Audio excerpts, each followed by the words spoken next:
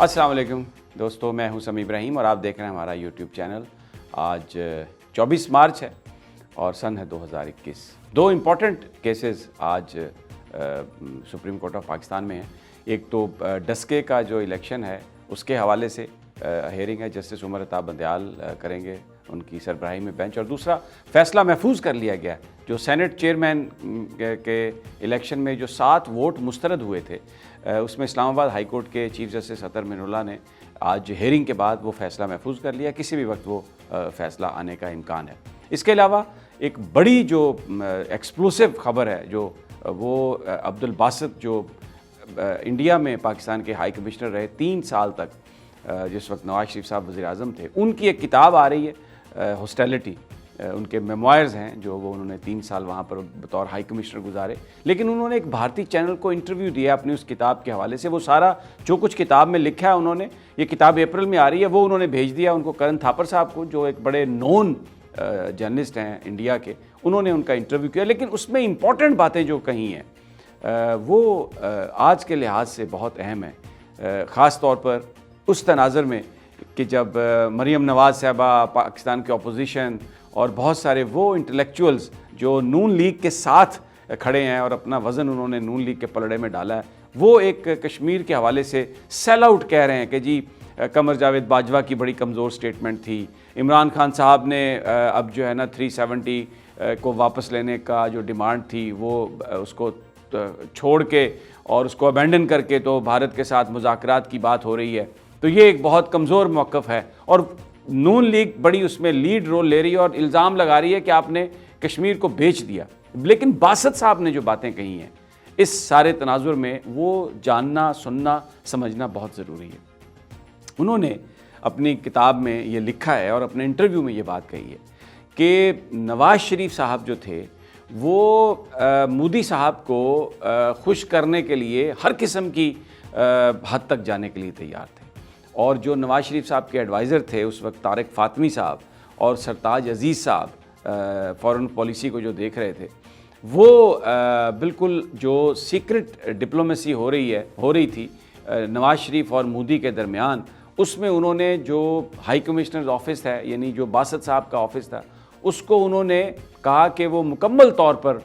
उसको उन्होंने अंधेरे में रखा। और बहुत सारी चीज़ें उस वक्त की नवाज़ शरीफ साहब ने जो उनको कहा गया था कि आप ना करें, इसलिए कि वो उसका कोई फ़ायदा नहीं होगा और उसका पाकिस्तान को नुकसान होगा। मिसाल के तौर पर जो नरेंद्र मोदी की ओथ टेकिंग सेरेमनी थी उसमें वो चले गए सबकी एडवाइस के ख़िलाफ़। फिर उसके बाद जाने से पहले जो माहीगीर थे भारत के पकड़े हुए, उनको अननेसेसरी उन्होंने छोड़ दिया। और जो और अहम बात जो उन्होंने कही है, उन्होंने कहा है कि जो भारतीय बिजनेसमैन थे जिंदाल, जो आए भी थे पाकिस्तान, आप सबको याद होगा, और बग़ैर वीज़ों के आए थे और स्पेशल प्लेन में वो आए थे और फिर उनको मरी में ले जाके नवाज शरीफ साहब से उनकी मुलाकात करवाई गई थी कि जिंदाल ने कुलभूषण जाधव के हवाले से बहुत ज़्यादा इम्पॉर्टेंट मैसेजेस जो थे वो डिलीवर किए थे। और बेसिकली पाकिस्तान ने कुलभूषण जाधव का जो मामला है वो सारे का सारा शुरू से ही नवाज शरीफ साहब की हुकूमत ने ख़राब किया, नवाज शरीफ साहब ने उसको ख़राब किया और उसकी वजह से, उनके इस मिस हैंडलिंग की वजह से पाकिस्तान को वो जो कामयाबी होनी चाहिए थी कुलभूषण जाधव के मामले पर वो नहीं हुई। और फिर जब मोदी से मुलाकात हुई, अब आप देखें इस वक्त कहा यह जा रहा है कि जी कश्मीर बेच दिया इमरान खान ने, कश्मीर बेच दिया जनरल कमर जावेद बाजवा ने। आपको हर तरफ ये बात, बड़े बड़े हमारे अच्छे एंकर जो मेरे दोस्त हैं और जिनकी इंटेग्रिटी पर मुझे कोई डाउट नहीं है, वो भी कह रहे हैं कि जी कमर जावेद बाजवा ने बड़ा कमज़ोर बयान दे दिया, इमरान खान ने जी सेल आउट कर लिया, पीछे हट गए, लंबे पड़ गए और ये हो गया। और यूएई की जो डिप्लोमेसी है बिहाइंड द सीन, उसने कश्मीर के हवाले से पता नहीं समथिंग इज़ हैपनिंग, और मुईद यूसुफ साहब गए और आए, पता नहीं क्या क्या कहानियाँ बनाई जा रही हैं। और जो ये करने वाले लोग हैं, जो ये कहने वाले लोग हैं, उनका ताल्लुक़ नवाज शरीफ से है। अब बासत साहब ये कहते हैं कि बावजूद इसके कि उनसे बार बार कहा गया था, जब नरेंद्र मोदी से मुलाकात हुई तो वहाँ पर कश्मीर के बारे में एक लाइन तक नहीं कही नवाज शरीफ साहब ने। वो इस हद तक मोदी को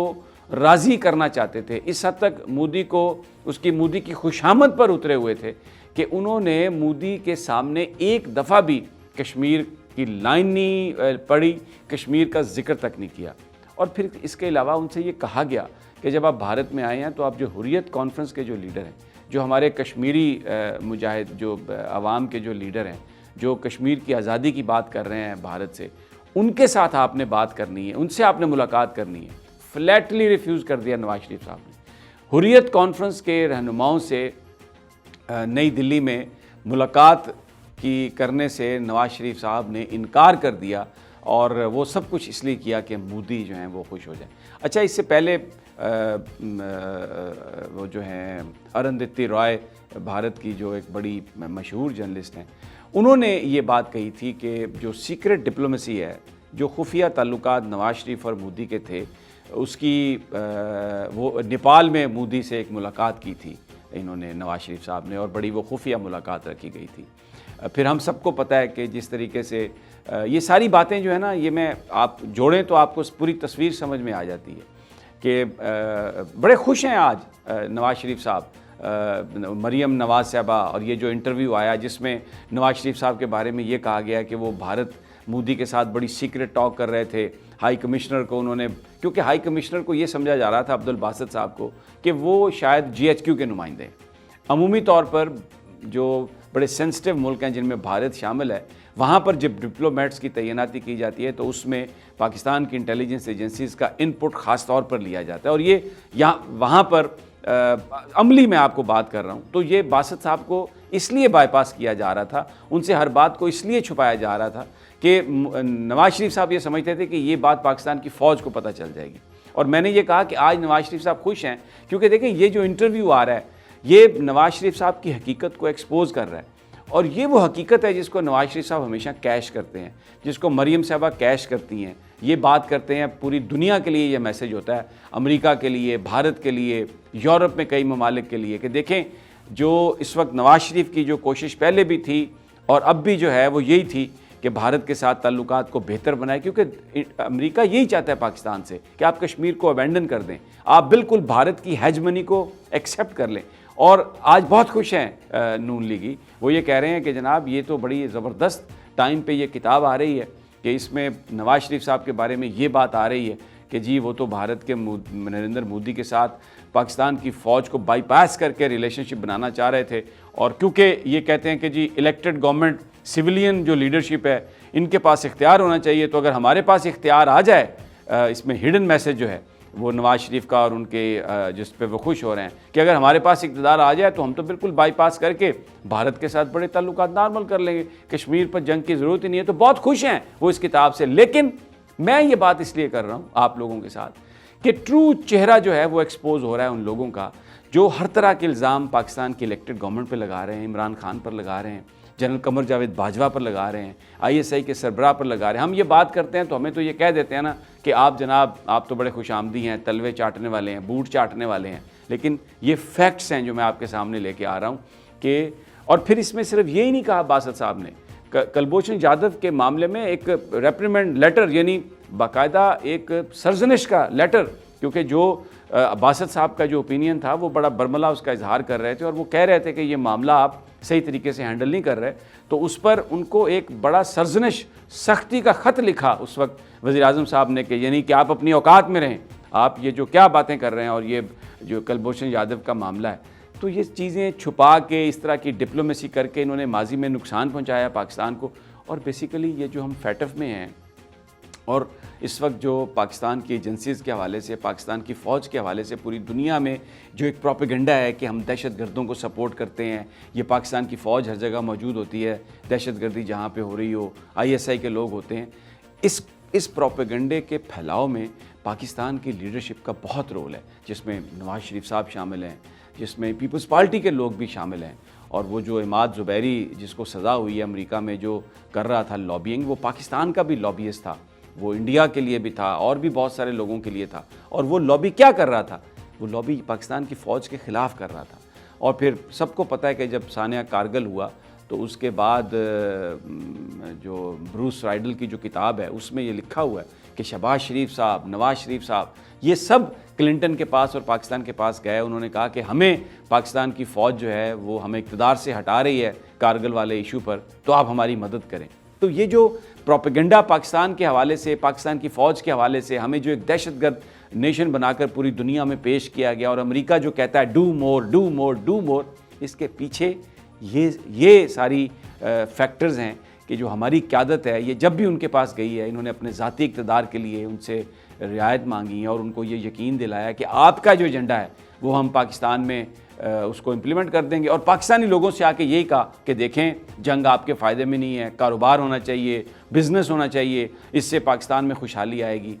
और वो जो एक अनफिनिश्ड एजेंडा तकसीम हिंद का था, जिसमें कश्मीरियों के साथ जो जुल्म और ज़्यादती की गई थी, उनको आप बेच दें, उस खून पर आप सौदा कर लें, और अमेरिका का और भारत का, मोदी का एजेंडा आप यहाँ पर ले आएँ। और नवाज शरीफ साहब की तकरीर आपको पता है, जिसमें वो बार बार ये कहते थे कि क्या है, ये सिर्फ एक लकीर है, हम भी आलू गोश्त खाते हैं, वो भी आलू गोश्त खाते हैं, हम रब कहते हैं, वो भगवान कहते हैं, हमारा कल्चर एक जैसा, उनका कल्चर एक जैसा। जबकि कायद आज़म ने बिल्कुल इससे डिफरेंट बात कही थी। उनकी तकरीरें आप सुन लें, उसमें उन्होंने ये कहा था कि हिंदू और मुसलमान दो मुख्तलिफ कौमें हैं, इनका मुख्तलिफ कल्चर है, इनकी मुख्तलिफ ज़िंदगी है, इनके इवन मुख्तलिफ कैलेंडर्स हैं, ये एक दूसरे के साथ नहीं रह सकते, इसलिए मुसलमानों को एक अलहदा मुल्क चाहिए। लेकिन तिजारत करने के शौक़ में, इंडिया बड़ी मार्केट है, वहाँ पर अपनी प्रोडक्ट्स बेचने के शौक़ में, अपने बिज़नेस को बढ़ाने के शौक़ में इन सियासतदानों ने हमेशा यही किया। और जो पाकिस्तान का बहुत बड़े जो मीडिया टाइकून है, कोई वहाँ पर इंडियन फिल्म इंडस्ट्री में फ़िल्में बनाना चाहता है,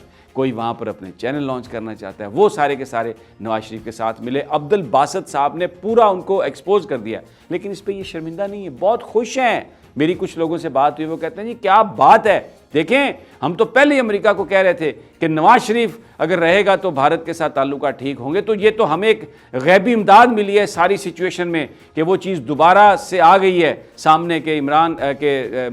नवाज शरीफ साहब और शरीफ फैमिली और मरीम नवाज़, ये तो भारत के साथ ताल्लुकात अच्छा बनाना चाहते हैं, तो हमें फिर शायद चांस और मौका मिले। लेकिन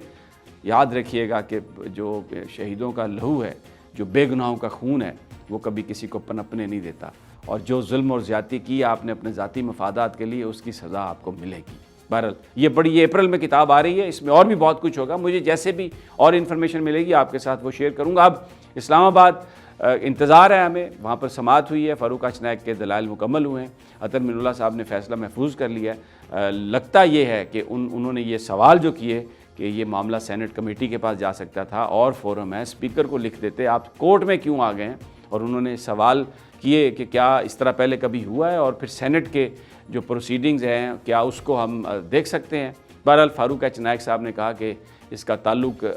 सेनेट की प्रोसीजर्स और प्रोसीडिंग से नहीं है, ये तो एक इलेक्शन है और वोटर इंटेंशन का मामला है, फ़ैसला महफूज है, फ़ैसला किसी भी वक्त आ सकता है। तो सुनने के लिए तैयार रहिए, मुझे इजाज़त दीजिए, इंशाल्लाह जल्द मुलाकात होगी, अल्लाह ने के बाद।